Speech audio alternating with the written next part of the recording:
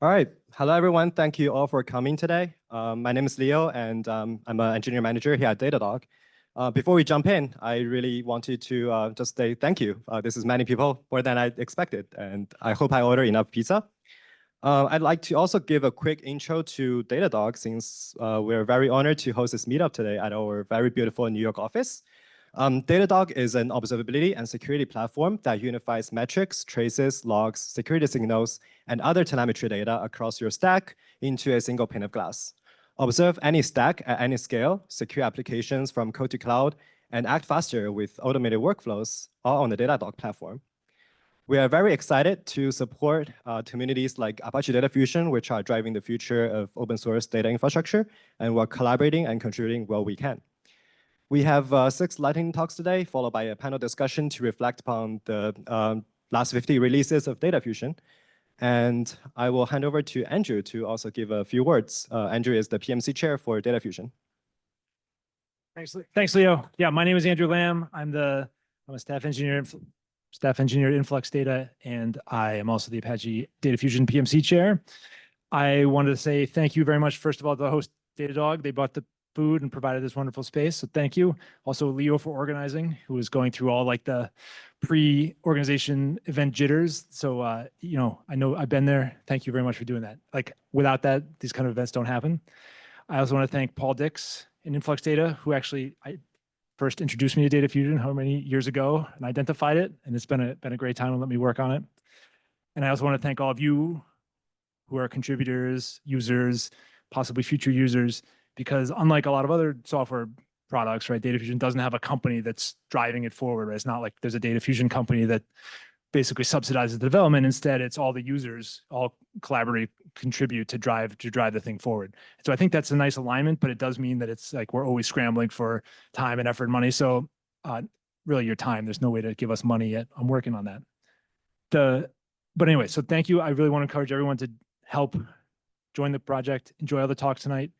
And thank you for coming. Thank you. Oh, and now I think Gabriel is the first. We have Gabriel and Rob are going to show us the first talk. Yeah. Thanks.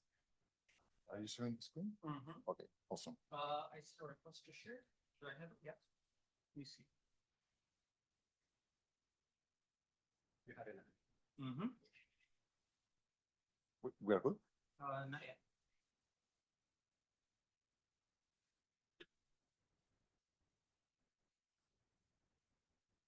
Mm-hmm. Yep. Awesome. Hello, everyone. I'm Gabriel Musat, a senior software engineer here at Datadog. I'm going to be presenting, along with Rob Tandy, a staff engineer at Datadog, a library that brings distributed capabilities to DataFusion. Now, why will anyone here might be interested at all in this?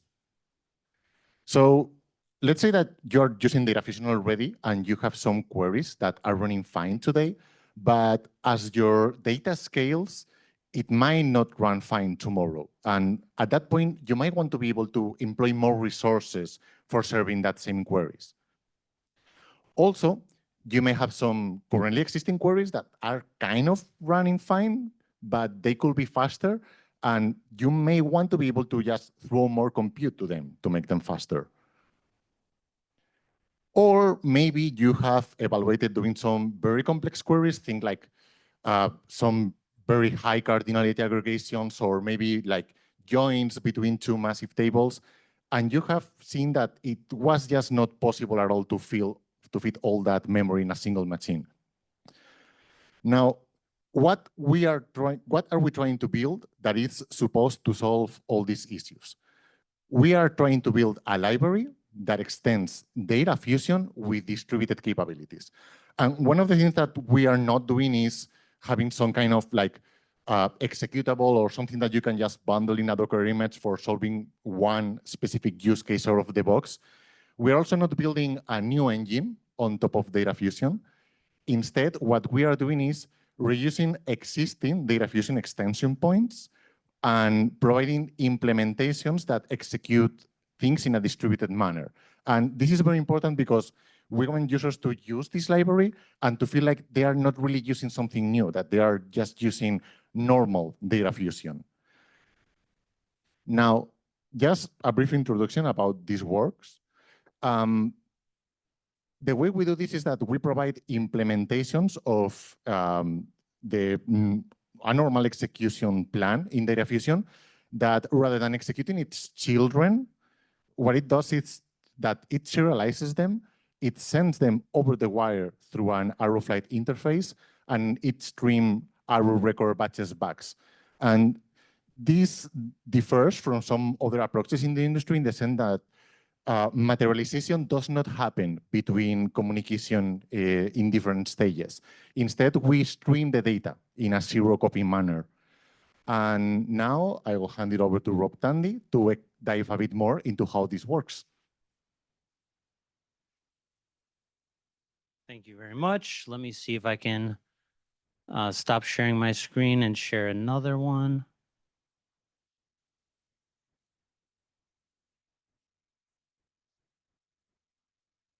This is hard with a mic. Got it.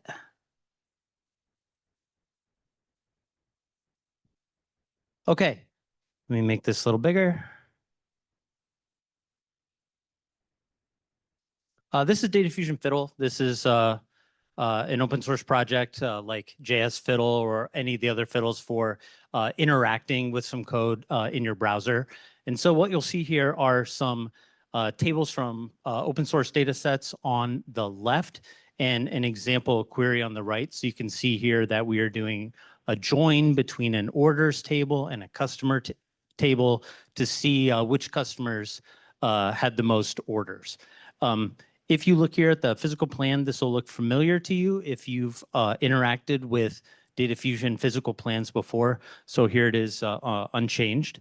And I do want to show a graphical view of this plan in that it's going to help when we transition to the distributed version of the plan in just a minute. So this is the same execution tree that we just looked at, but where each of the execution nodes is also highlighted by its input and output partitions on the bottom and top respectively.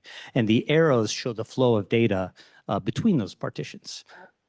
So we can scroll down to the bottom, we can see the join. This is happening. We're coalescing the partitions here.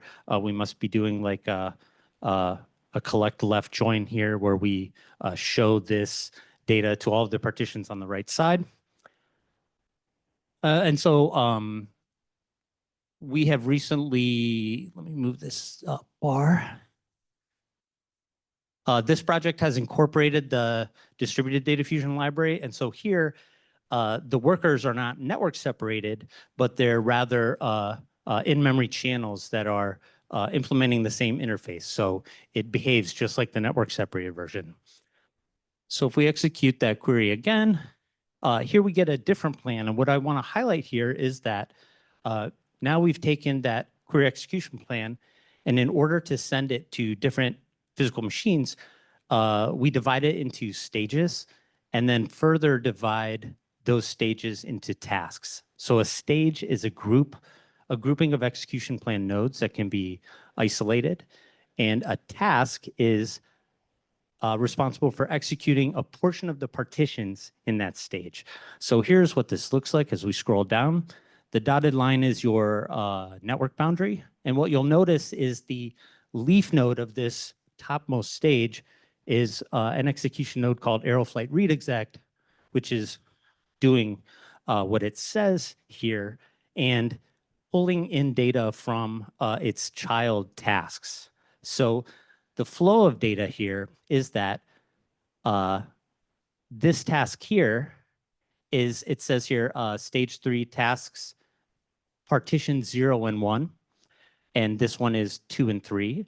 And so we have this other concept called the partition isolator, which takes the same plan and reveals just the partitions that are in that task to parent nodes. So this will only show partition 0 and 1, and on the right, that task only sees partitions 2 and 3.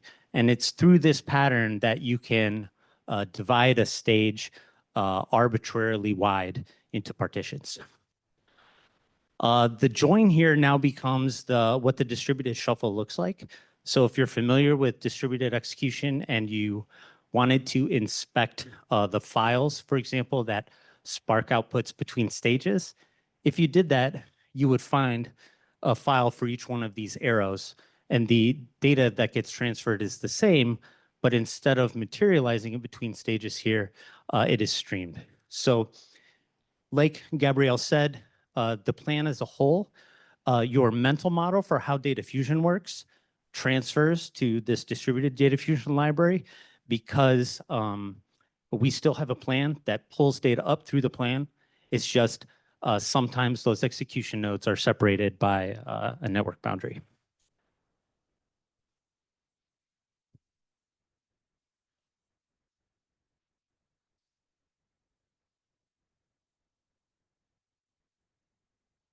The last thing I wanted to show is that implementing this is fairly straightforward.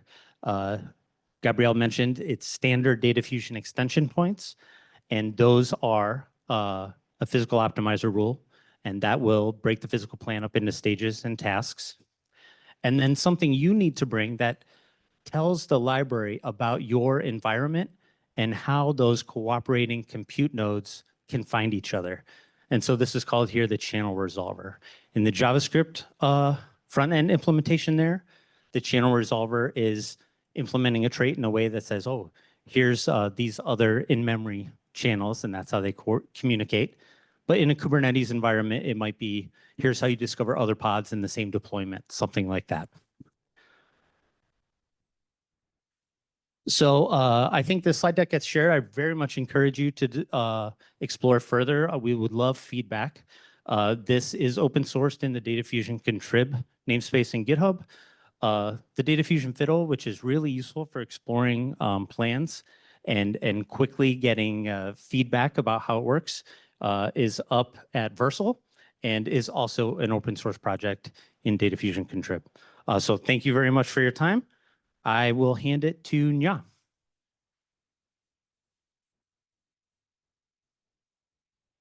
Would you like me to share and do slides for you? Or if, You have? Yeah. yeah, just put it there. Okay. So hi, my name is Nga Trang. I'm a staff engineer here, and I used to work at Vertica and Influx Data before. So today I'm talking about how we scale Datadog's functions and formulas using DataFusion data frame. How can we go?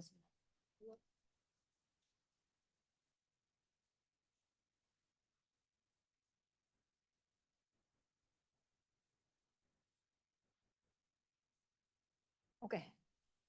So first, let's talk about the context why we want to do this.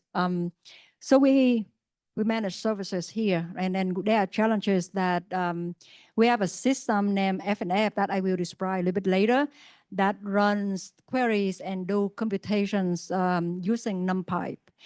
And the limitations of the system is the data must fit entirely in memory, and it's very difficult to integrate with other systems that use relational algebra. So our solution is to shift from fully NumPy materialization into streaming execution DataFusion. So how do we do it, right? So let us talk about what is functions and formula system in Datadog. So here, if you use Datadog, I believe a lot of you use here, is we have some kind of graphing editor that you can find everywhere, for example, in Matrix Explorer, Flock Explorer. And in here, you have A and B. Here is actually for let you to define two queries. And it's a kind of queries in Datadog. And then you want to do, for example, this is a CPU usage. You want to make the total, so you see the total, and then the rolling average is a kind of a function for you to smooth the data, so you have more, my intuition how the trend of your data. And internal representation, A is an input, B is an input, and this is the query that represented in our metric system. And then the functions in the formula is actually more formulas, more functions on top of the inputs. And the focus of our today talk is that F&F systems. So now let us understand the input. So the inputs to F&F, we call it table matrix. And the table matrix is that, again, it must fit entirely in memory. And it's a table, like this is a table. And even though it is a table, it includes three different types of arrays. The first one is the timestamps. The second one, and the keys of this one is a set of tags, just like environment and host. And then the set of arrays, group series arrays, is a bunch of values of the timestamp and this tags value. And then the last arrays is interpolated. It's true, that means all of these values are interpolated. We have all the properties, but it's we don't have to mention it in this talk. It's a focus. So how this function works on today, NumPy functions, right? So this is a table matrix that input to, and then the absolute value is applied to all of the cells, right? So here is the values, right? So all of the function will be applied on these values. So the absolute values will be applied on that. And then we have a new table matrix that we do the addition on the corresponding sales values of those tables to produce a new table, and then another rolling average, and then we remove the interpolated value. So that's how it's worked today. And again, everything must fit in memory, and it's not streaming. It's not relational algebra. So we ask ourselves how we convert in that the input is to streaming, like inputs, streaming inputs, and what are the relational algebra we can convert in table, use a NumPy function, can we use relational algebras? So the first thing we do is we have to convert our table matrix into streaming inputs. And you see here, every value of the tags will be a column. So we have the columns environment, we have the host column, and timestamp will be another column. All of the value here will be put in a column, and then it's interpolated. We would convert another column named flag. So you see that there's redundant data in the others in the streaming table. However, it's helped us to stream data. So when we have this streamable data, here is the one, like we can write very easily into SQL into this one, right? So the absolute function is just the absolute with the projection here, and then we do the joins on the tags column and the timestamp, and then we use window function. It's available there in DataFusion, and we use the filter to filter data. So we write a very simple SQL to do this. However, how to integrate that into our system? Our system is Python. So luckily, DataFusion data frame works very nicely, available in Python. We can do it. So the first step we have to do is a little bit overhead. We have to convert our table matrix into the arrow data frame. And now after that, we apply very simple for data frame functions available. We did nothing, we just applies those functions, right? This is the data frame number 2, that for the input number 2, we use absolute, and then we join with the number 1, and then apply window function, and then a filter. So very simple. But not that, because we have other things. So it's a little bit more complicated, but in general, that's what we did. So what do we achieve? What have we achieved here? So we can scale our system better. We can handle larger inputs. We can integrate with other systems that use relational algebra. So how about performance, right? So it's still ongoing optimization. So now that our experience is we do on 5,000 queries on very small data sets to simulate the work that the queries that customer use in our system. And the runtime of our NumPy functions on the total 5,000 query is 3 seconds. In DataFusion, it's a total of the conversion 5 seconds plus something to execute a query. So, however, like we want to eliminate this, right? We want to eliminate this. We don't have overhead conversion, so we're working on return in error format directly. So we don't have to worry about that. But what we want is how to make that n as close as 3, right? So we don't have, if we convert to a new system, the performance is exactly the same. Customer doesn't see any performance regression. So the first milestone, we just make it work, right? So just run some SQL and make it, and n is 15 seconds. So why that's slow?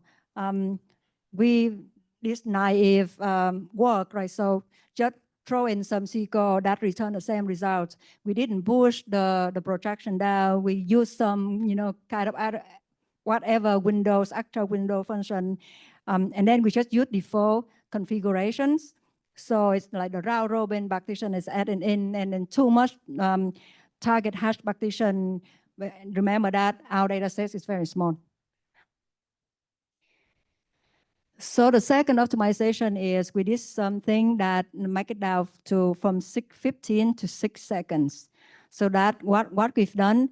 So we rewrite the queries. We make it smarter, and then we do some adjust the configure parameters to not use to add now no longer round robin but repartition and reduce number of target hash partitions. So now currently we're working milestone number 3.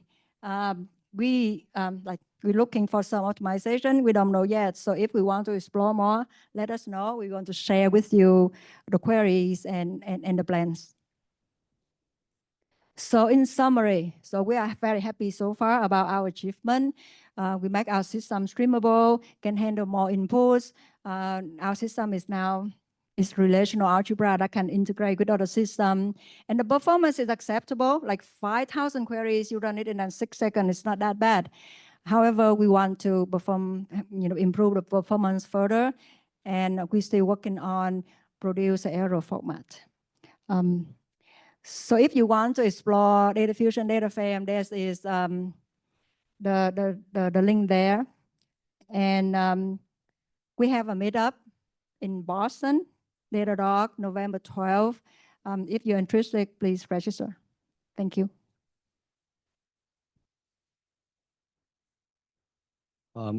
Next, we have Adrian to talk about dynamic predicate pushdowns.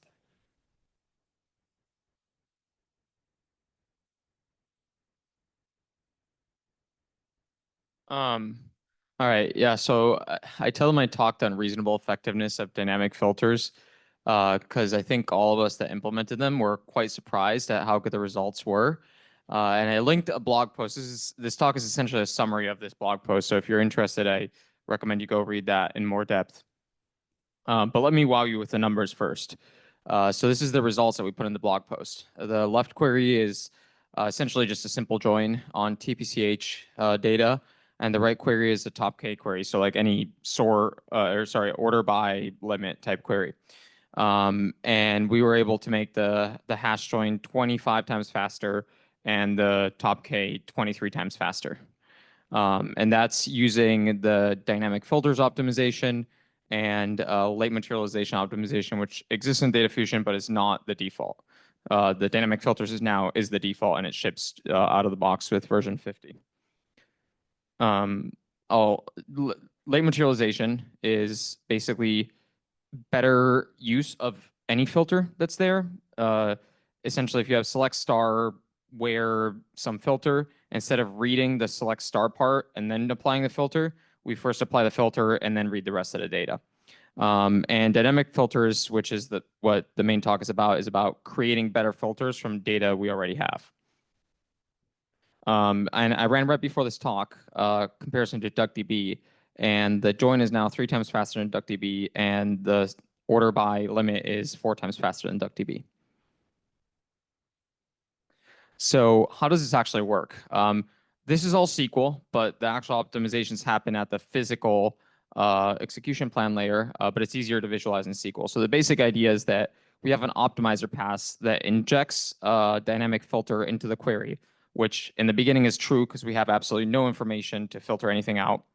But as the query executes, and in the case of a top K operator, which is just keeping track of the n biggest or smallest rows, we just take the limit of that, so the biggest one or the smallest one, well, the 10th biggest one or the 10th smallest one or whatever it is, and inject that into a filter into the query as a filter. So if you had a query that was order by timestamp limit 3, and you found 3 timestamps in 2025, when you hit rows or entire files that have timestamps in 2024, you can skip those. You don't need to read the rest of the columns, or you might even be able to skip the entire file. And with hash joins, the way it works is that on the build side, which is the first thing that gets done in a hash join, is you read one of the tables and you build a hash map in memory of all of the join keys, and then you read the other table and compare them to that hash map. So when we build the build side with the first hash map, we also keep track of the min and max values in that side, and then we push those down as dynamic filters into the query.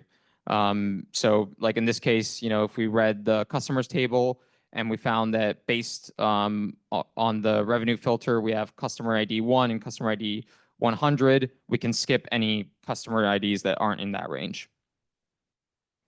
So why is this so effective? Why did we get those like really good numbers? And I think a big part of it is that it uses data that's already available.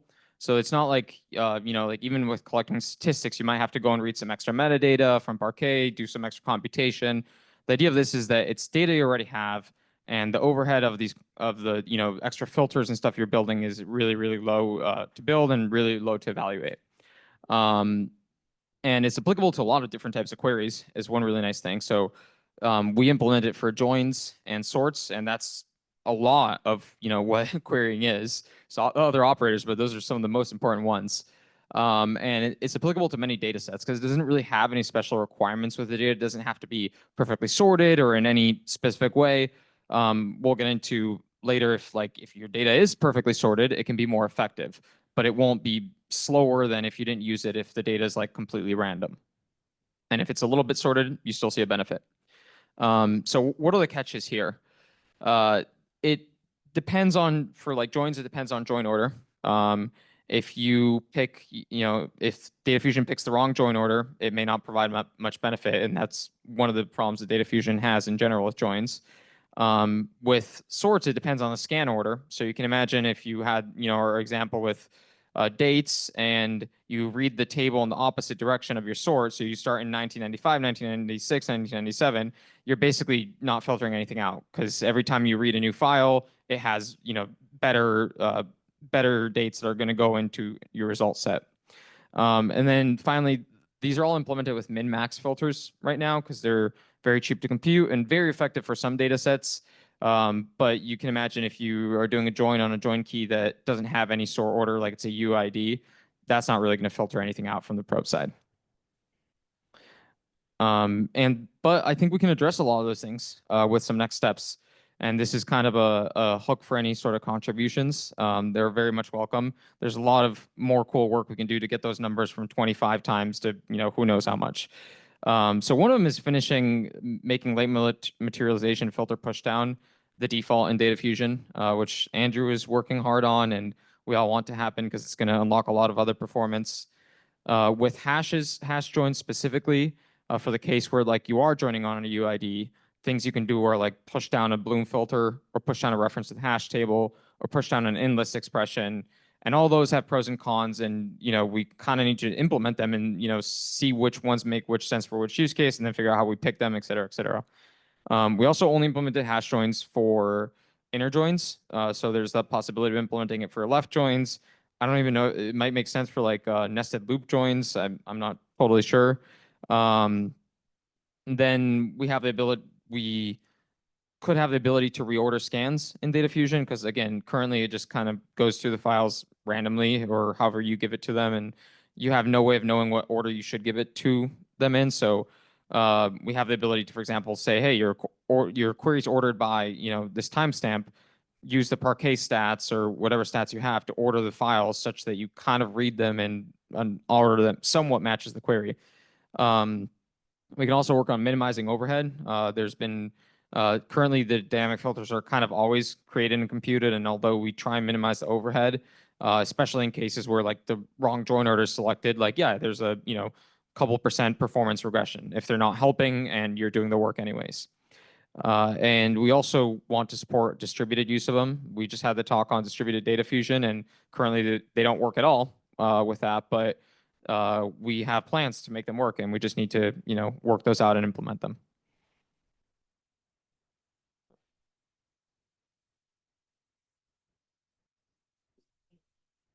Right. Actually, Will, you will go next, and next we will have, sorry, I mean, the one after next one. We'll have John to talk about VegaFusion first. Share.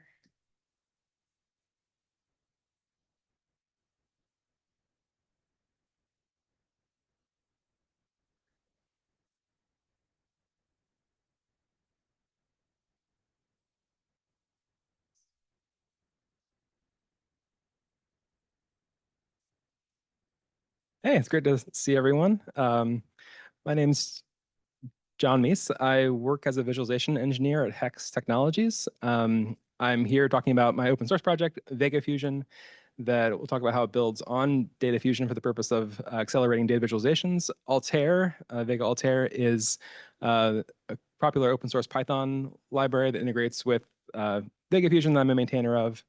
Before all of this, I worked on several other Python data visualization libraries and companies that are shown there below.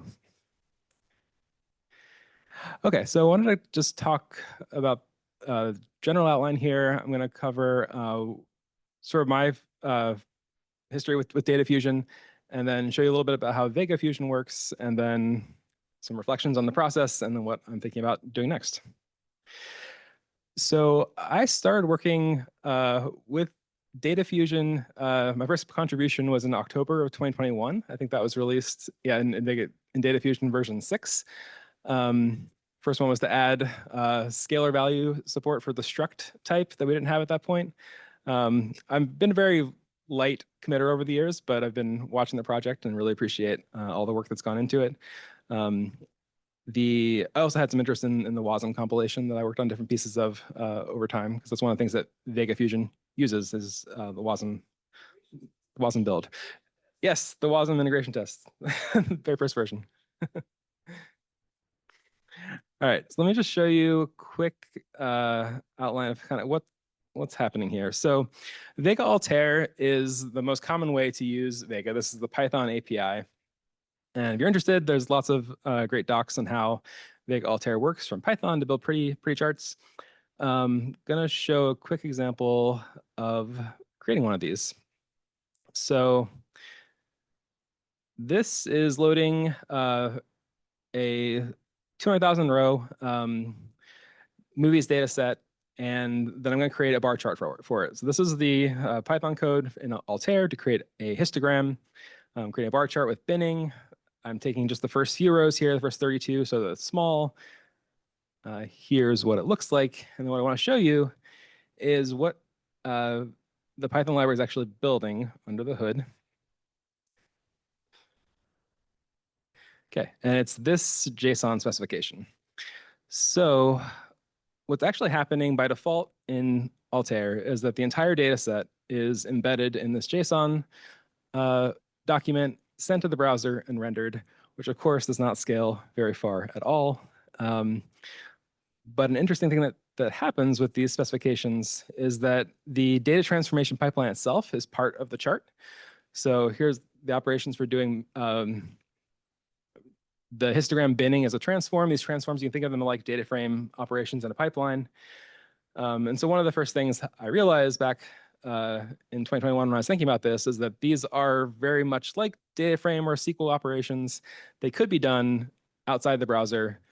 These could scale to a lot larger data sets, and then that would make this library a lot more useful for larger data sets.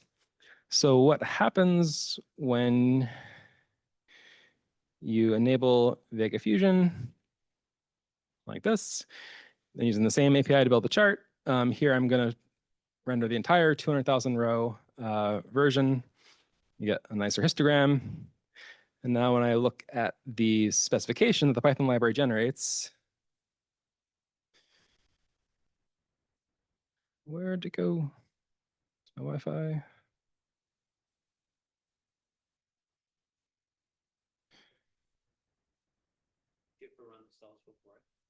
No, let me. Okay, a lot of work. Let's work on with the editor. So this is the Vega specification that gets generated after VegaFusion has extracted all of the data transformations, run them in Python, and then basically inlined the results of those transformations back in the spec. So now we just get one value per histogram bin, and things are small and fast. And just as a outline of how this is working, Vega has a whole bunch of these transforms. Some of them are very much like SQL transforms, like aggregate, but a lot of them are visualization specific, things like binning with automatic bin selection of nice bins. Stacking is like a cumulative window operation.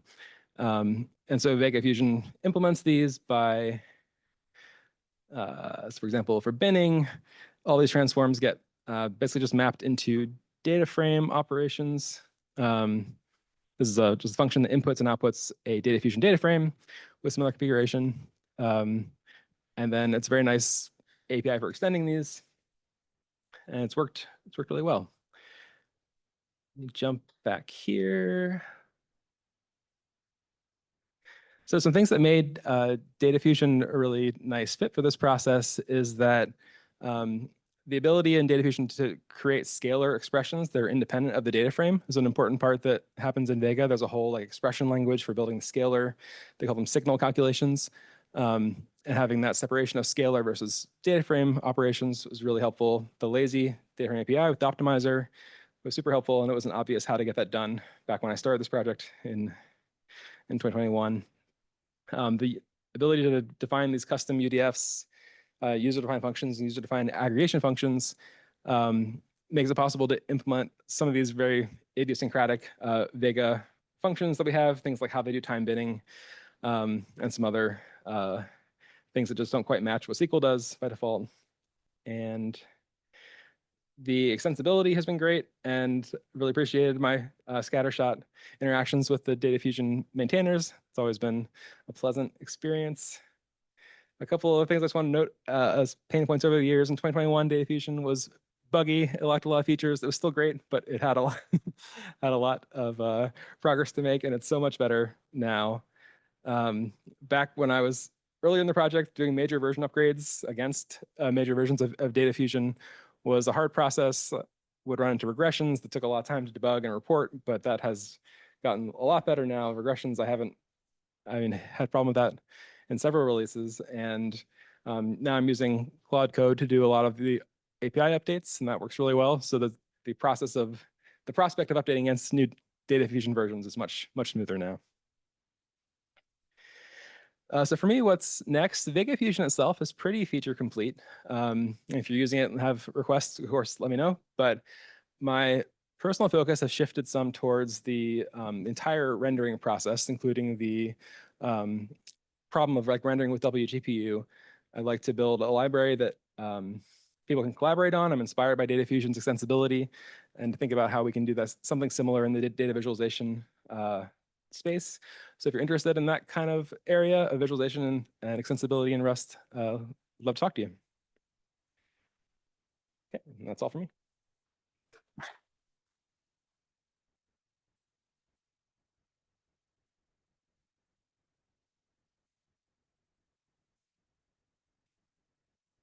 All right, next we'll talk about Vortex. Hey everybody, I'm Will, and as I said, I guess for this, the main relevant thing is that I'm the TSC chair for the Vortex project. So call this talk Bootstrapping a New File Format with DataFusion. How does this work? There we go. So what is Vortex? It's an incubation stage project at the Linux Foundation. Sorry, Apache. Building a next generation columnar format. I mean, it has a lot of commonalities with DataFusion. You can read my slide, but it's written in Rust. We kind of sometimes call it the LLVM for file formats in the same way that DataFusion is the LLVM for query engines. And so the whole goal is like, how do we actually make this a lot faster? We started the project less than 2 years ago, and there's a lot of surface area in a file format. Some basic stats about the thing. Random access reads are 100 times faster, scans are 10 to 20 times faster, writes are 5 times faster, and it's about the same size.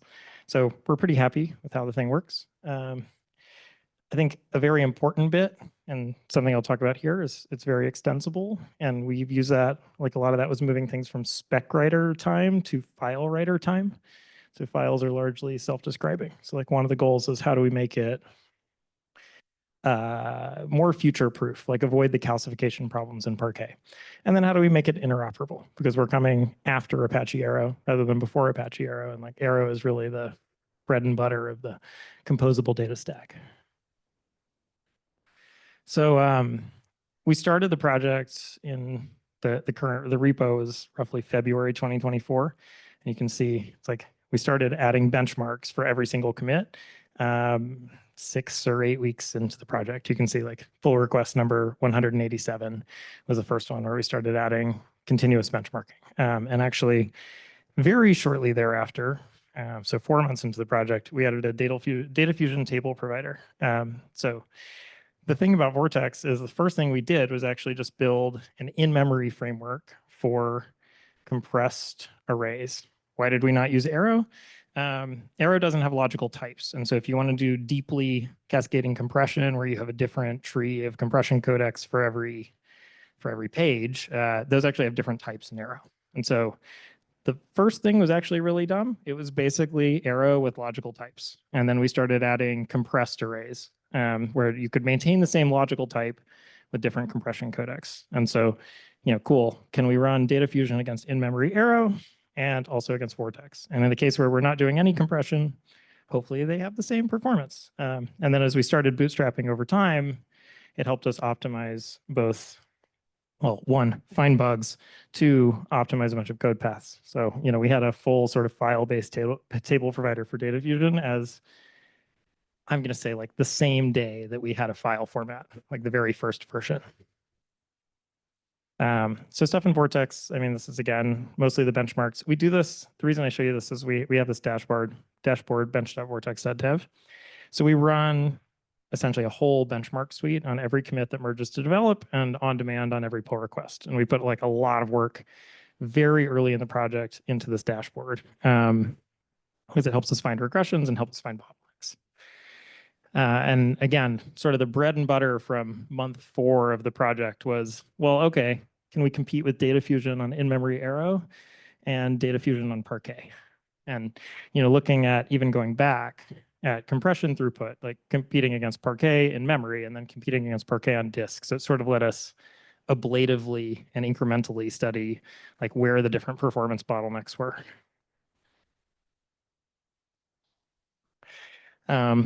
Thing that I'm very proud of is Vortex is now faster in DuckDB than DuckDB native. And actually, it also makes DataFusion basically as fast as DuckDB, which DataFusion Parquet is not as fast as DuckDB Parquet, but we're getting there. I have faith in you. There's a big thing in Vortex. We have lots of friendly competition with Parquet. This was my, and this is in the Vortex Slack. Andrew's like, have you considered trying Parquet? To which I can only respond, sir, this is a Wendy's. But actually, like the whole thing here is there's a lot of collaboration. We obviously use DataFusion, we use DuckDB, we're heavily users of Arrow. We're looking at Parquet, and there's a lot here where I think it's just like the beauty of open source projects. It's like we can have a friendly competition where we help each other, and it pushes the whole ecosystem further forward.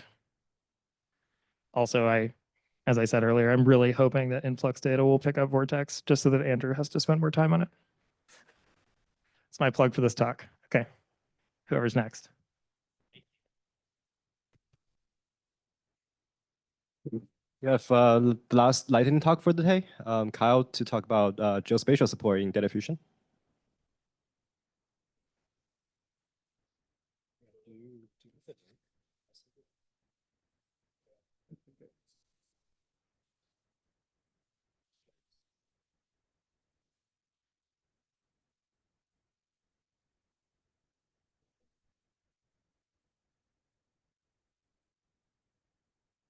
Should I turn my audio off? Okay. Share. Let's see if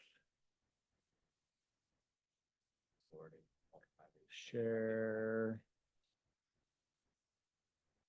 Let's try this. And then let's try presenter view. Yeah.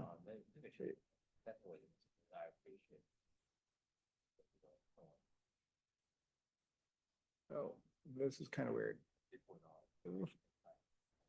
I just wanted to get my notes. You see? Okay, awesome. Hi, I'm Kyle. I am an engineer at Development Seed. We do a lot of geospatial open source development. Here, these slides are online at that short link. So in case you are interested in looking at the slides afterwards, you can find that. I'll be talking about geospatial data in DataFusion. And so the first question is, what is geospatial data? Here, I'm specifically talking about vector data. And so there's a couple different types of data that we work with in geospatial. Think about SVG, not PNG, where points, lines, and polygons represent common features in your daily life. And then additionally, there's this concept of a feature that is not just a geometry, but also has these associated properties that you have something to actually work with. This is an open specification that is actually defined by the Open Geospatial Consortium as of 2010. But a feature and a collection of features we can represent very conveniently as a table. Here on the right side, this is a graphic that I made previously to explain Parquet, but you can imagine how there's property columns in each of these columns of a table, plus one of those columns is now a geometry column with a special type instead of just a numeric or string property column. So there's existing implementations of these sorts of geospatial tables, most notably PostGIS, which is spatial extensions for Postgres, or a few different data frame implementations like GeoPandas. Now, if we want to start implementing that for DataFusion, well, we need a base of operations in Rust that we can use for geospatial topics. This is really nice that we have the GeoRust community in Rust that has a whole bunch of libraries that are openly licensed that we can use to start building out geospatial functionality. The GeoCrate is not as, doesn't have all the functionality that exists in some of these canonical C libraries.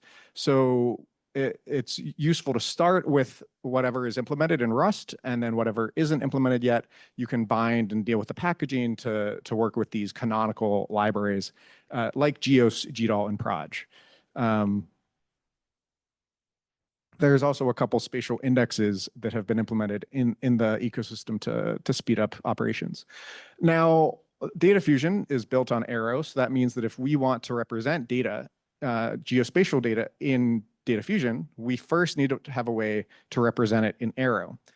The GeoArrow specification started in 2020, has mostly been Joris Vandenbosch, Dewey Dunnington, and myself. It's an open specification to represent data inside of the Arrow extension type model. So Arrow doesn't quite have logical types, but it has a place to put extension metadata.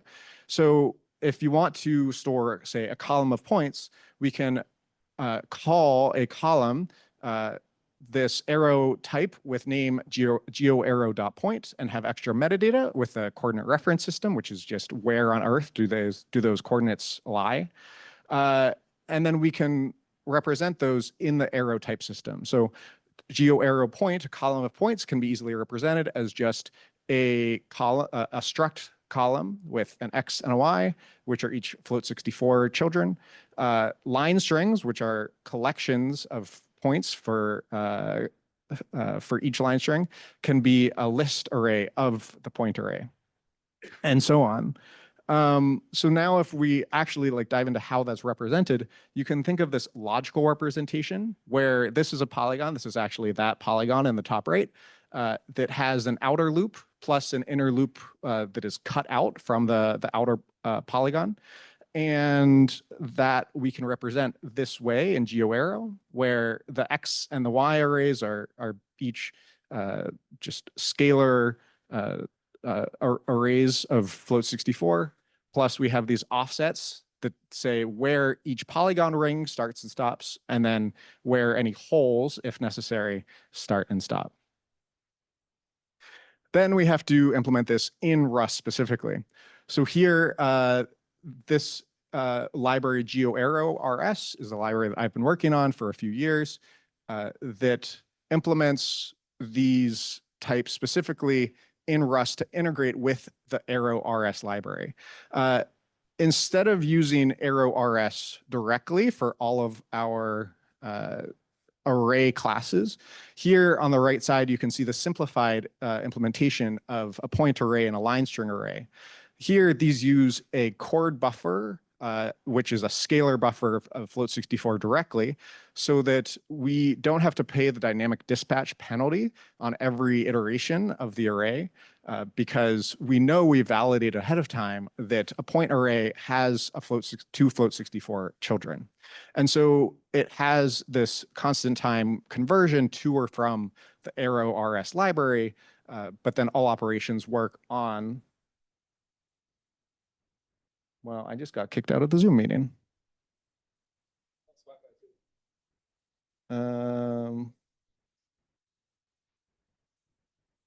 I appear to still be in here. Google Chrome. Okay, well, I don't know why I got kicked out. But yeah, so all of the operations in GeoArrow are on these classes, these structs that are not, they themselves arrow types. So then in DataFusion, how do we represent spatial columns? There aren't real user-defined types yet in DataFusion. So for now, we look explicitly for geospatial metadata on the field that is in the schema for that table. And we can represent geometry and geography columns in DataFusion. So here, this is an example of a simple scalar UDF that is computing just the area of a column where it's just a little wrapper where we convert from arrow, array, and field into a GeoArrow object, delegate that to the underlying operation, and then pass that back to DataFusion. Let's move to a quick demo. Okay. Let's hope that this works. So this is with the Python DataFusion API with the GeoDataFusion register all that registers all of the so far implemented operations into the DataFusion session context. So here, this is registering the NYC trips or taxi data as a Parquet source. And then we can apply a SQL query that has an ST intersects to say, let's find all of the pickup locations inside of a specific bounding box. Now, if we go a little bit later, the cool thing that I like with GeoArrow is that it is cross language. And so we can, oops, I have a couple of different things on my screen. If we apply a bounding box on the map, this from JavaScript passed the new bounding box into Python, which passed it into DataFusion, and passed. So whenever we're rendering this data starts in Rust inside of DataFusion, then gets passed into Python, then gets passed into C++ to generate the Parquet files, then gets transferred into the browser, into WebAssembly to decode the Parquet using Rust and WebAssembly, then goes to JavaScript, then to the GPU. And so all of this is only possible because Arrow is has such cross-language functionality. And so this is just like a simple example to show the potential of having DataFusion spatial capabilities connected to Python especially. I've implemented a lot of the PostGIS API, but it's not a full implementation yet. So far, we've focused on scalar user-defined functions that are relatively easy to implement. We'd really like to support spatial joins and more file formats for input. And that's it. Thanks.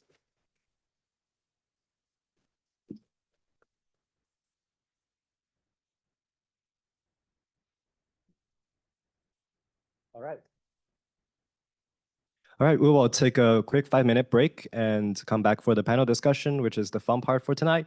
And in the meantime, feel free to submit your questions for the panel. We'll come back around 7:28.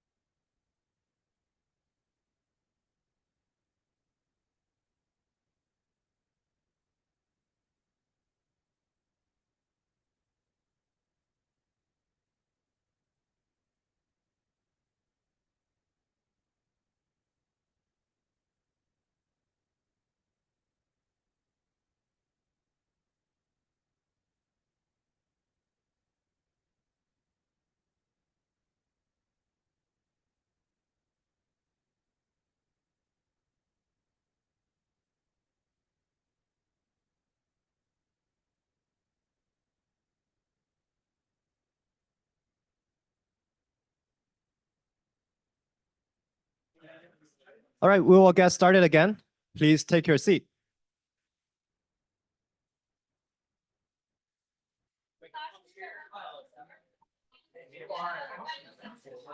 We have you guys just sit like screen center so you'll be on the recording.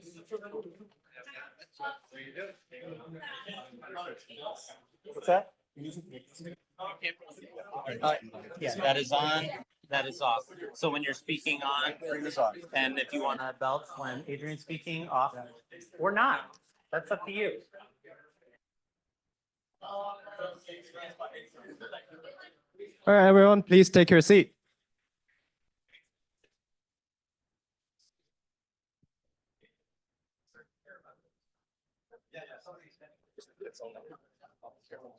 Let me grab this stuff.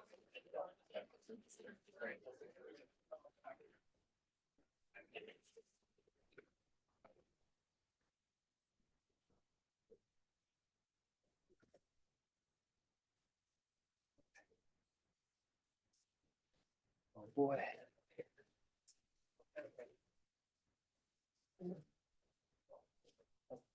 Thank you. They'll have to listen to us again, I guess. Or By the way, you can upvote the questions if you like a question. Okay, great. Yes, please do submit questions. I'll keep an eye on the ones there. I have enough that I could, vamp for however long is necessary, but I would very much love to cater to what you want to hear. So thank you very much for coming to our meetup where we are commemorating DataFusion's 50th release.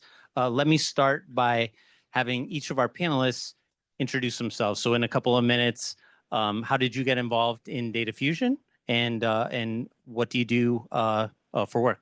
Yeah. So I work at Pydantic, which is some of you may be familiar with as a Python project that does data validation. But we are also now a commercial company that builds several products, amongst them an observability product that uses DataFusion to query data. And we arrived at DataFusion after trying a mix of things.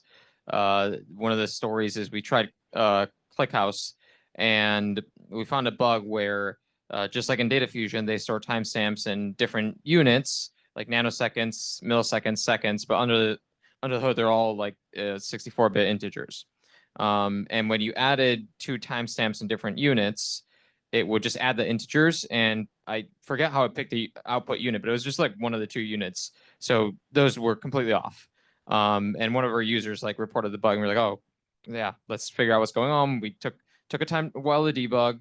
We can't really understand the source code because it's C++.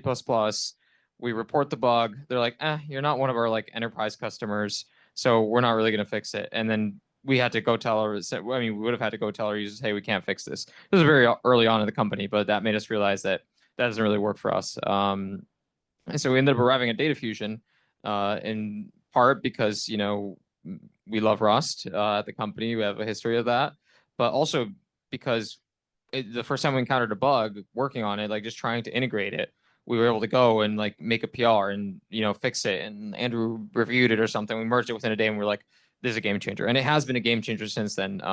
So I lead our database team now, and pretty much weekly we're, incorporating new features, DataFusion, fixing some bug that, we found or we created previously, and just having the ability to understand the stack all the way down and improve on it is amazing. yeah. So hopefully you can hear me. My name is Andrew Lamb. I'm the PMC chair, as I mentioned. I'm not a great public speaker, but about 5 years ago, can you hear me? I'll talk to this. I know I speak softly. So, like 5 years ago, I was doing some sort of management style job. I was kind of very, very desperate to get away from that. And a former colleague of mine said, hey, I know this guy named Paul Dix. He's trying to build a new, he's CTO of Influx Data. He's trying to build a new database, columnar store, whatever, on top of this open source stuff. I was like, that sounds great. Like, I don't know any of this. I don't know Rust. I haven't worked in databases for 5 years, but like Paul's ready to let me code again all day long. Just sign me up. And, I got it's been a great time. So we built the next generation of Influx Data, Influx DB3. And one of the goals was like I worked at a company called Vertica for many years, which had a big distributed sort of column store MPP database. But we had like 20, y'all can tell, like we had 20 developers for like 2 or 3 years working on it before it was like a real database. And then we had, the point is it was a huge investment to make that. And so Paul was like, well, you get one person or 1.5 person, maybe I had 2, it depends on how you counted. But like, so now the goal is how do you get that kind of level of cool technology with just you and whoever else you can attract on the internet. Now, thankfully, Andy Grove had started DataFusion, so I didn't do DataFusion. I was like, that thing looks close enough to like what a modern columnar execution engine should look like that I think we can get this. And the fact that someone else built that already, right? That means there's the demand for that out there.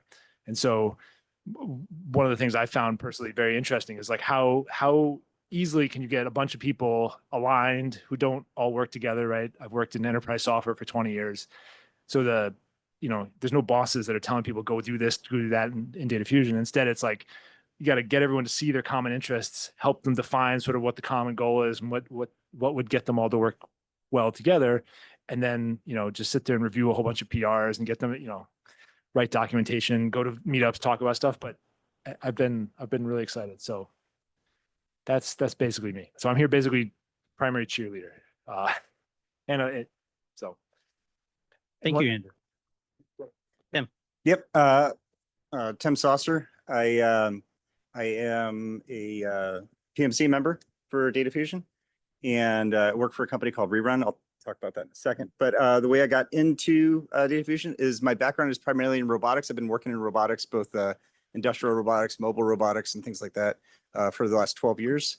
And in my role at my last position, I was working on our data pipelines and trying to understand some of our robotics data. And I was just frustrated that our Spark workloads were taking so long to process something that I knew from the data. I knew what the operations were. I knew something that should take 10 minutes was taking an hour and a half sometimes.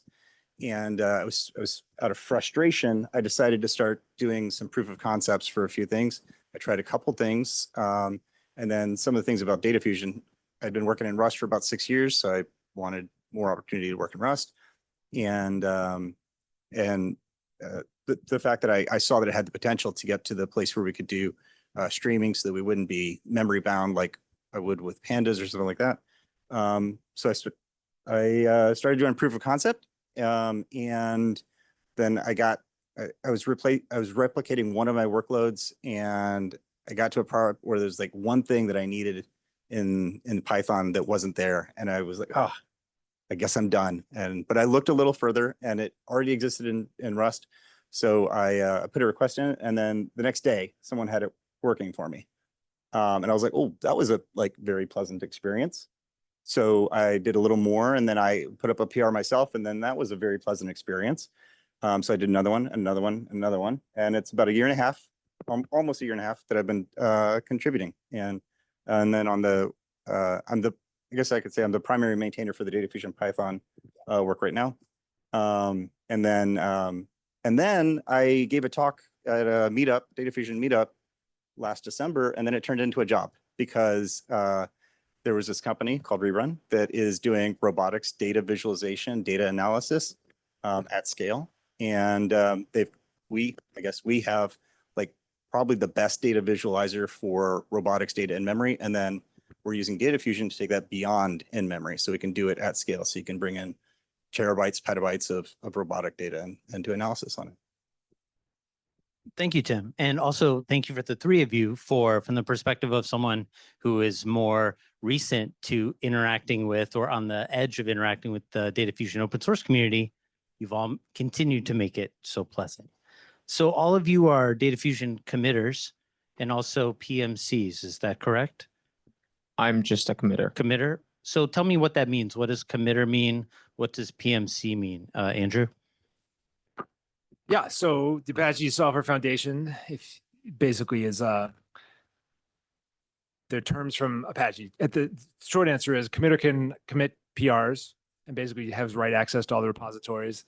PMC member basically has the same thing, but can also vote on releases and vote on adding new committers and PMC members.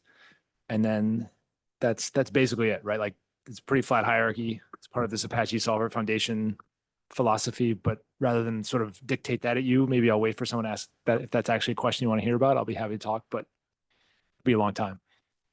Got it. Thank you.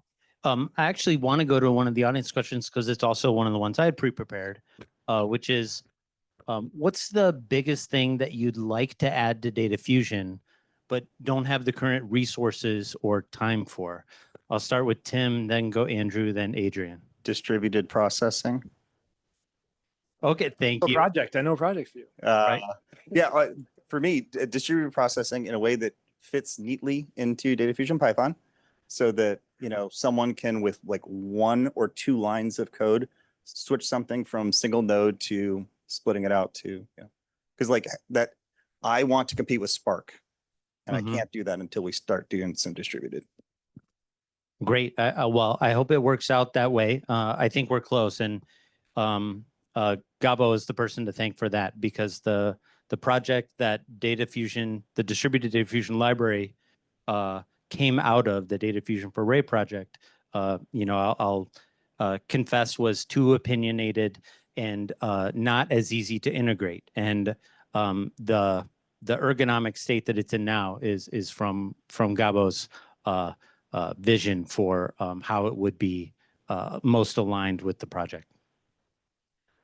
So Andrew, what would you like to add if you had any more time? If I had infinite time, I'm not sure I should admit this publicly, I would make DataFusion's joins significantly better. I think I've come to, so people are chuckling because I worked on the Vertic optimizer for 6 years, and I've often joked that I have like PTSD from working on joins. Like it's a very it sounds really simple, right? So some join orders and like how hard could it be? It's very hard. And it was like probably 60% of the complexity of the Vertic optimizer was related to joins. If you go to any of the database conferences, you'll read like there's at least 20 papers about some various combination of join orders and statistics and all sorts of stuff. So I think DataFusion, I'm very proud of ordering, grouping right now. Those are basically state of the art. I think joins is, we could make them state of the art, but they take significant time and effort. So anyway, if I had like a second me, I would send them loose to make joins really good, but I'm not promising that. But if anyone is like, wants to be excited about that, we should talk.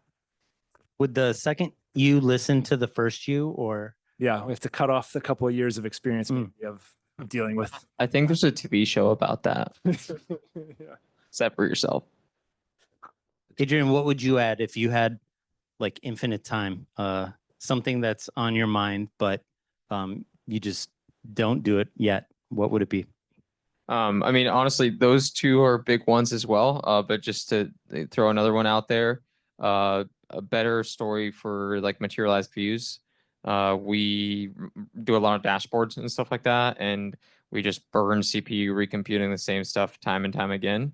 And DataFusion has all the building blocks to make a really nice system because it has partial aggregates and all this kind of stuff. But it's a complex problem because it interacts not only, there's bits in DataFusion that are needed, but there's bits in like, the actual implementer system as to how do you track what data is new, what traded. So that's not really DataFusion's problem, but those APIs all have to mash up. And I think that's what makes problems like that difficult.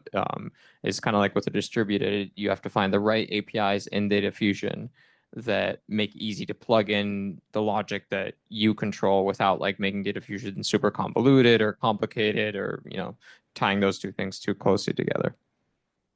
Thank you. Thank you. Another question from the audience. So thank you for submitting these. Appreciate it. This question says, DataFusion has focused on throughput sensitive workloads historically.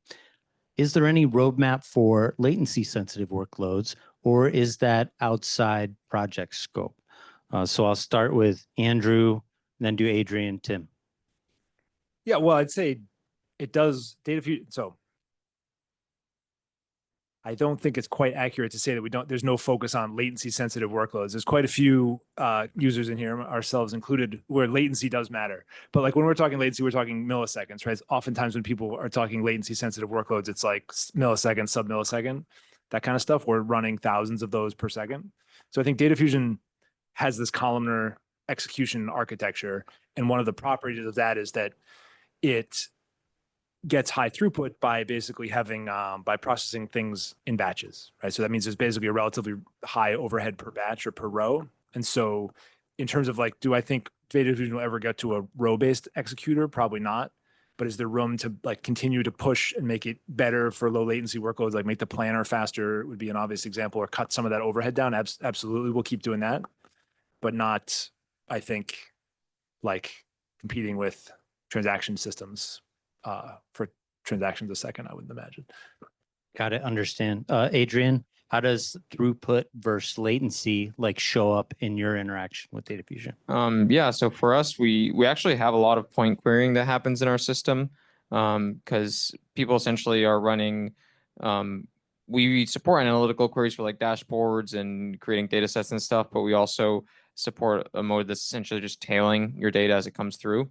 And that's a lot of point queries because people will click on a single span and we have to go and load like all the details of that span, all, their attributes and metadata and all this kind of stuff. And we've been able to optimize those down to like 50 milliseconds, which is essentially the latency to get data from object storage. That's not actually where the latency comes from. It's like planning and a bunch of other overhead, but it's through a lot of different optimizations, the right indexing. Like we have essentially we use Tantivy to do full text search indexes on things we want to do point queries on. So we can from an index know exactly the single row we need to read from a Parquet file. But then you're still paying latency into object storage. So we have like systems where we try and predict what data is going to be hot and cache that based on recently accessed and all this kind of stuff. So through a combination of those things, you can make DataFusion relatively low latency, like sub 100 milliseconds is not that hard. But like Andrew said, I don't think it's ever going to be a system that gets down into like, the microseconds type thing where like you can get with, like a Postgres instance co-located in the same AZ sort of thing. Okay, no problem. So I wanted to ask Andrew, story time for a little bit. When did you figure out that this project was getting big? That's a good question. I think when I first came to one of these, like I think maybe Sesh reached out, like Sesh and Philippe were like, "Hey, we should do a DataFusion meetup in New York." And we'll do, okay, that sounds like okay. It's not that far. It won't be a big deal. I'll just come down. And yeah, I came here and there was a room full of people who were all talking about databases, and someone was talking actually about materialized views, and there was like all these projects I'd never even heard of before that. And so I felt like as soon as you go somewhere and you can no longer track what people are doing with the project, that was like when I felt it was really starting to catch on. Like other companies really cared enough to help drive it forward, not just like contribute random bug fixes or whatever, but actually sort of drive the organization forward. Tim, do you have perspective on DataFusion Python? Also, you might have realized that this is getting big, and when did that sink in? It is starting to sink in that people are starting to use it much more, right? I think the DataFusion Python is still not. I don't think we have a very large user base yet, but it is definitely growing. It is absolutely growing. And yeah, I don't know if I have much to say. I think we're at a point of early adopters still, but yeah. I think that DataFusion Python and some of the other integrations provide a vector for adoption that DataFusion alone wouldn't provide, because it puts you adjacent to so much software ecosystem that is in Python that you might struggle to get if we didn't have that great compatibility layer. I don't know if it was you. I was talking to someone earlier today. I think that DataFusion Python, what it's doing right now is it is opening up the door to a different set of users than the Rust implementation. I think that we're trying to open the doors for data scientists, and all of the data scientists I know will not touch Rust. Absolutely will not. I mean, because like they can pull up pandas or polars or whatever, and in 3 lines of code, they are looking at and investigating and playing with their data, versus like, let me set up a crate and build it for an hour, and and what the heck is a borrow? It's a different mindset. It's a different skill set. And I think that DataFusion Python, at least what I'm trying to do with it, is enable a different class of users to come to the party. And then hopefully they'll do that, and they'll say to some of their colleagues, hey, I really need to speed this one thing up. And something I talked about, I did a talk in December about robotics and DataFusion is, I think the killer feature for data scientists in robotics specifically, but I'm sure it's much more widespread than that. I think the killer feature for DataFusion Python is the fact that I can write Rust user-defined functions, aggregates, windows, whatever, and run them at full native speed, and I easily expose that to Python.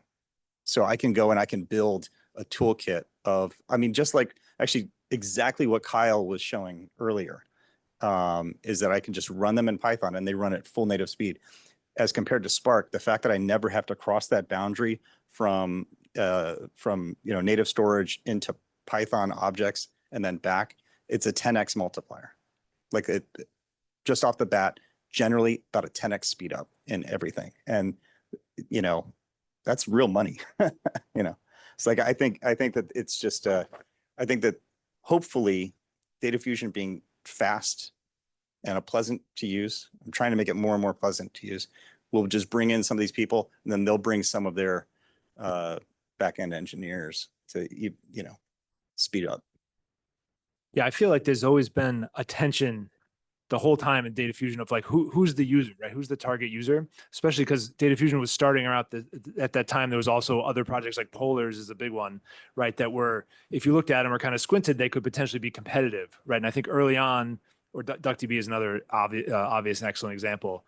And I think early on, we, at least in DataFusion, probably it's because what I needed at Influx, or what we needed was, you know, the target audience for DataFusion is other people building systems rather than the end users themselves, right? So it's not the data scientists, it's not the people running SQL against files, it's the people who are building the systems for people who go do that, right? And so that, like, that's a smaller audience, and so then, and you'll naturally end up with FOMO because like all these other people have 30,000 GitHub stars or whatever. But on the other hand, like the people you do attract are typically quite high level technical people. And so I think that's actually helped a lot to bring some of, like, quite a few very good technical contributions in, right? I'm still amazed that we just open up PRs to any random person on the internet and it's actually pretty, they're good quality, right? Like you told me 5 years ago that we'd be getting random submissions for database engine from like random people on the internet and it was going to be fast, like really fast. There's no way I would have believed you, right? And but it basically worked. So anyway, but I would love 30,000 stars, but I also think, you know, but realistically, I don't think that's going to happen for DataFusion because I think that the audience, at least for the core, is much smaller. But I don't think everyone has the same view on that, right? You just basically had some slightly different view, but I think there's room for everything. Yeah. I didn't see too much conflict in the views. You're building for builders, and it's slotted into that role perfectly because there's so many more data consumer tools that are built using DataFusion than before. It's almost, you have to ask, why would you not choose that if you were building something data consumer facing? Yeah. And I do try to ask that. I don't, there's this company called Daft, which is building, you know, just raised a bunch of money to build a whole, or Materialize, I think is, no, not Materialize. I can't remember what the company's called. Daft is the product, but they're Eventual. Thank you. Eventual. They basically raised a bunch of money and they're building another Python, you know, basically building another data frame library. And I early on was like, why not just use DataFusion? They had some story from my perspective was they didn't know any better. And by the time they were down there, they'd already started that. But now they raised a bunch of money so they can go invest and do that, you know, and we'll see how cool of a technology they can build. Cause it can be done. Like for example, Polars, right?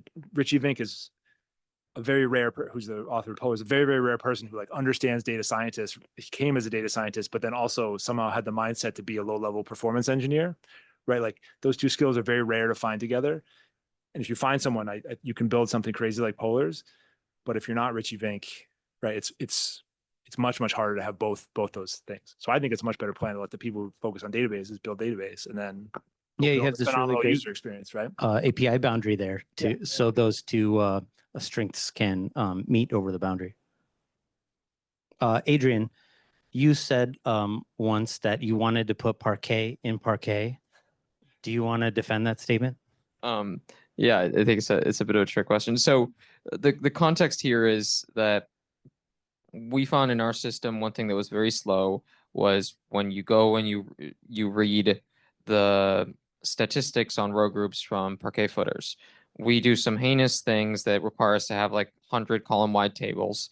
And so when you're trying to query just one of those columns, you're paying the price for downloading and decoding all the data for these other columns. And it turns out a lot of other systems get around this by storing that metadata externally. Like if you look at like Iceberg and like Delta Lake and all these table formats, and us as well, we store that data externally. And we store that data as Parquet. So, and Parquet, as per a blog post that Andrew's written, has the ability to stick arbitrary bytes in there, and we've demonstrated you can use that to put a full text search index in there, or like new types of indexes that aren't like native to Parquet. So the idea, which I haven't tried it, but I think would be interesting, is what if instead of storing those statistics as it's thrift in the footer, and paying all this price and decoding, what if there was a format to efficiently encode tabular data that supports compression, supports like reading ranges and stuff? And it's like, well, that exists, and it's, there's many, but Parquet is one of them, and you already have the code decoded. So what if you just like encoded that and threw it inside of the Parquet? I think realistically, that's not realistic. What you would do is you would use like the same encodings and a lot of the same underlying machinery, not literally create a Parquet file, copy the bytes, and put it inside of a Parquet file. But I think the idea is interesting because that there's room to add all these types of indexes in there.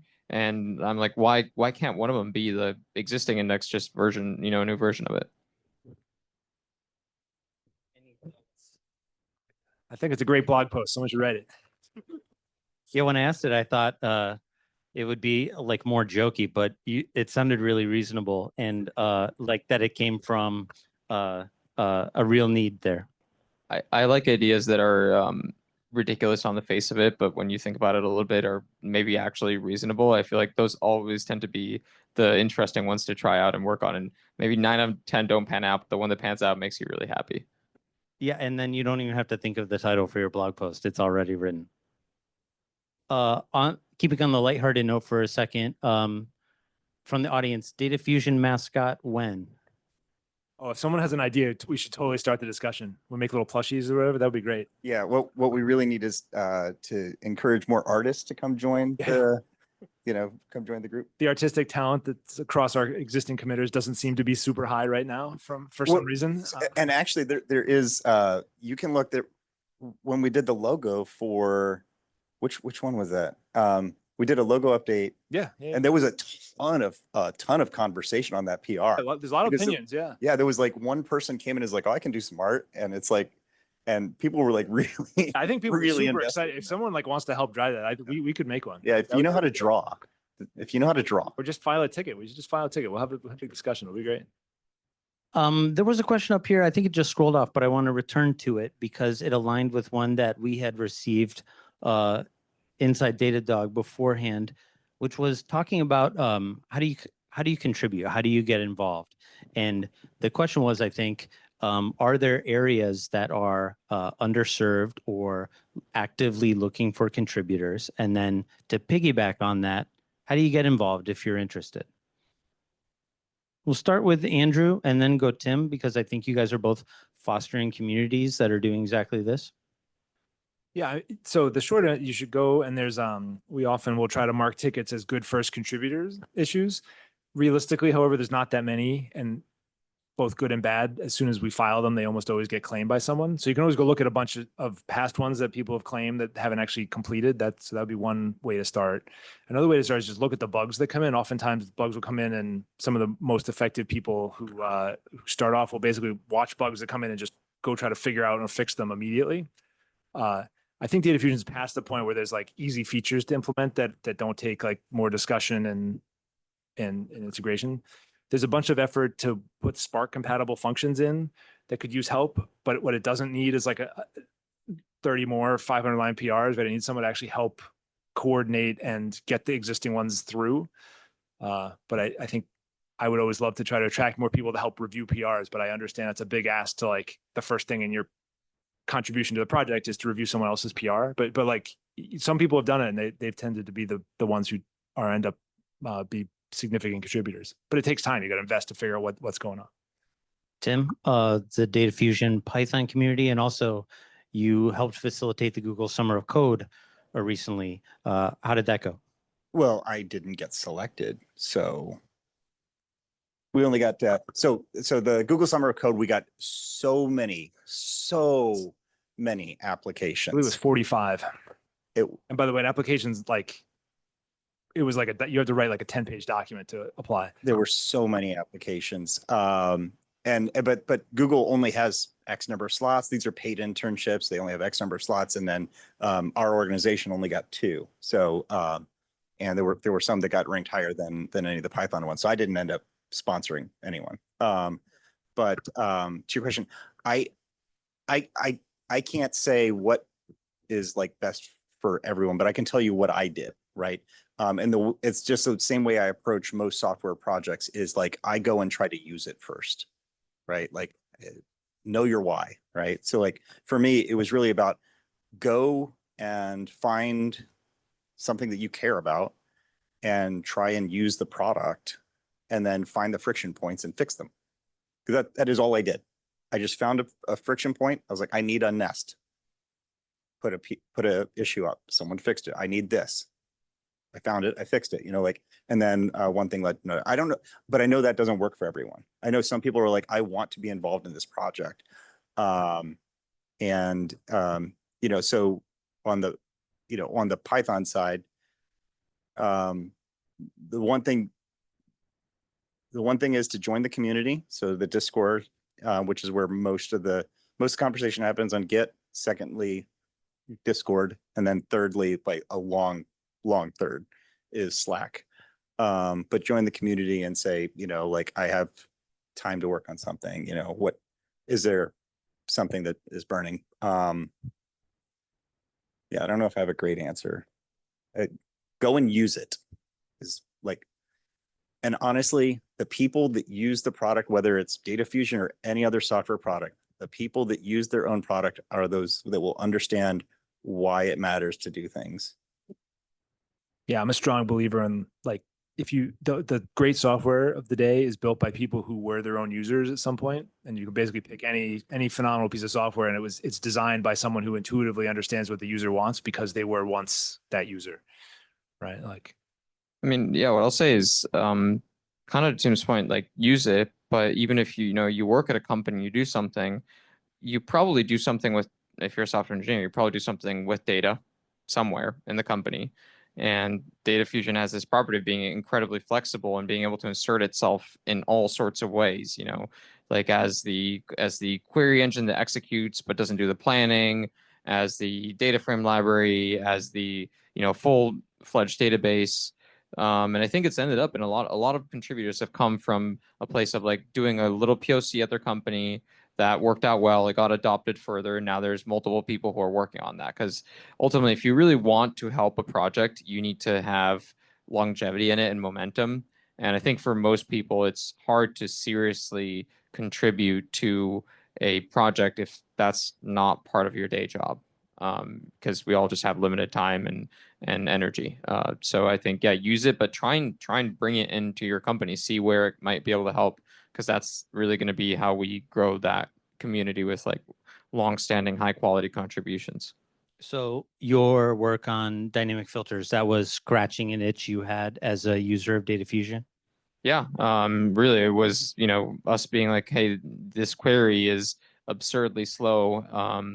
It was basically we were taking these order by limits and just running it on different time windows until we hit the limit. So it'd be like, okay, ran it on a day of data, we didn't fill the limit, now we're going to run it on a week of data, and we do this like in a loop in Python, and like there has to be a better way. And I think we talked to Andrew, and he pointed out that, you know, it's an optimization that is known, and, you know, there might even be an issue for it, and we either found the issue or filed it and went from there. So yeah, it was something we needed that annoyed us, and then that I mean, kind of like I was saying, we started with a very specific case, like order by limit queries, and then that kind of snowballed into like, you know, joins and all this other stuff. But it came from an interaction of you know, a user of DataFusion that has a problem that came to the community of smart people. The community of smart people gave direction and perspective on other facets of the problem that allowed us to arrive at a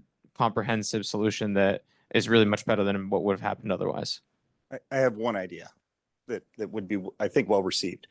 And that is to go and look at the benchmarks and find any one benchmark that DataFusion is not doing really well on, and then try to figure out why.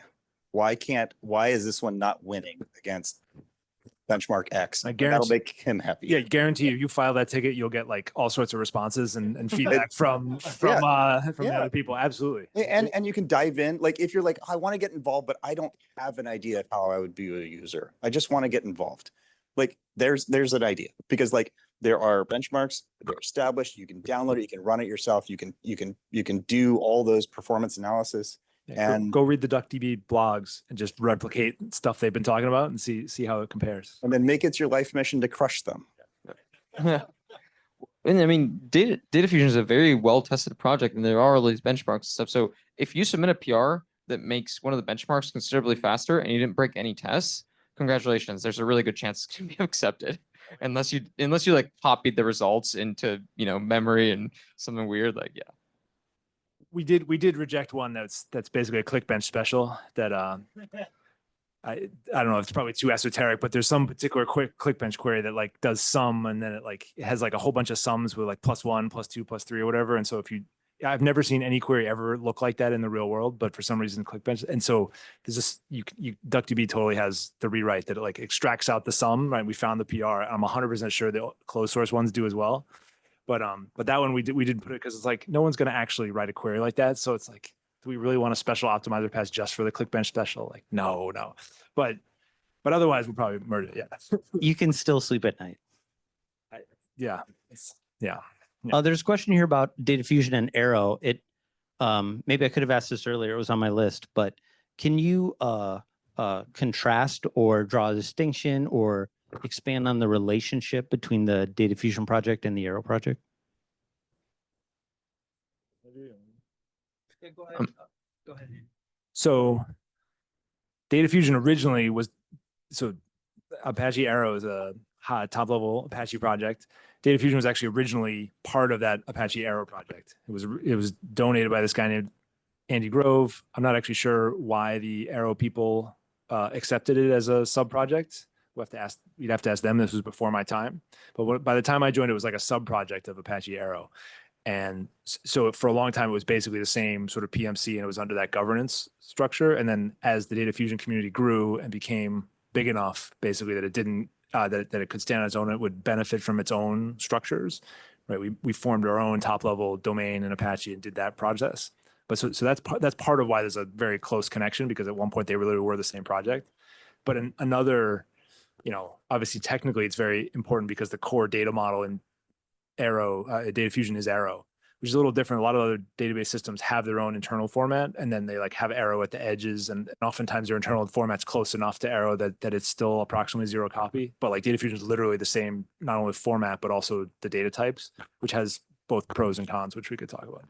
But that's basically the relationship from my perspective. Got it. Thank you.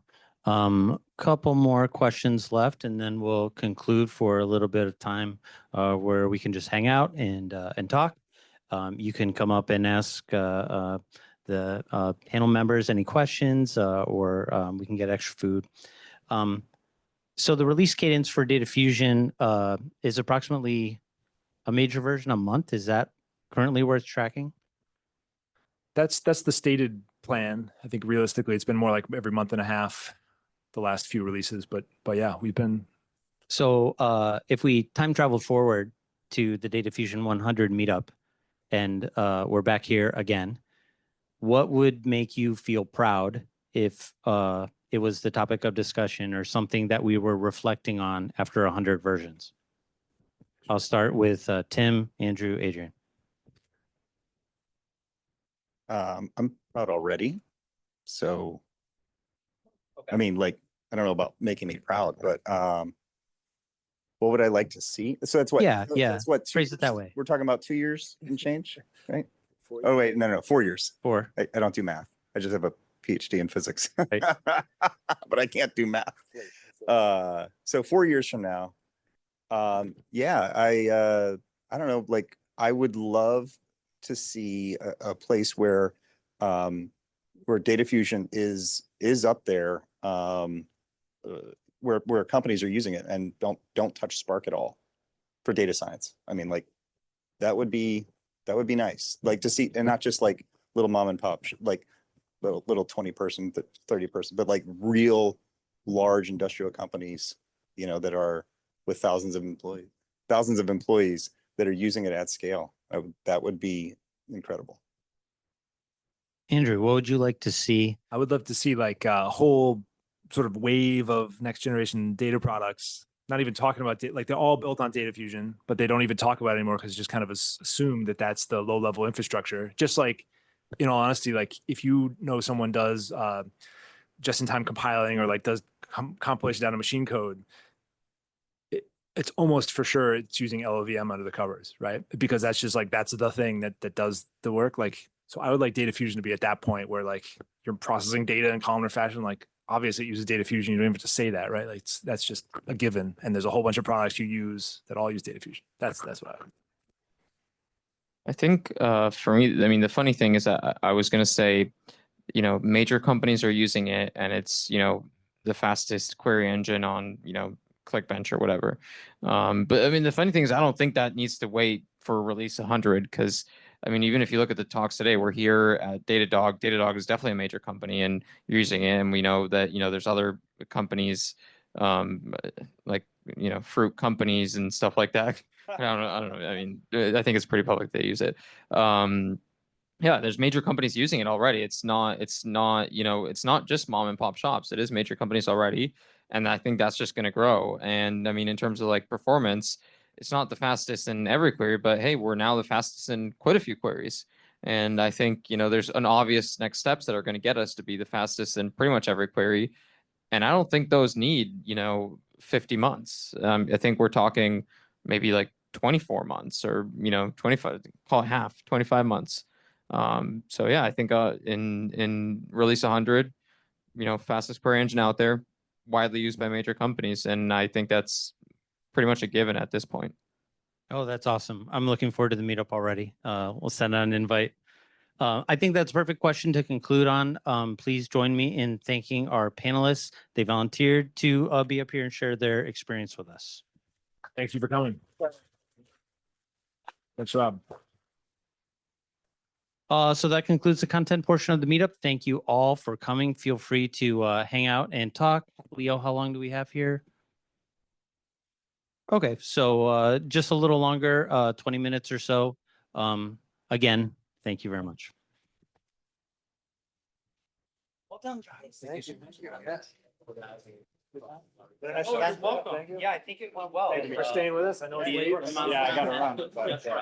Great as always.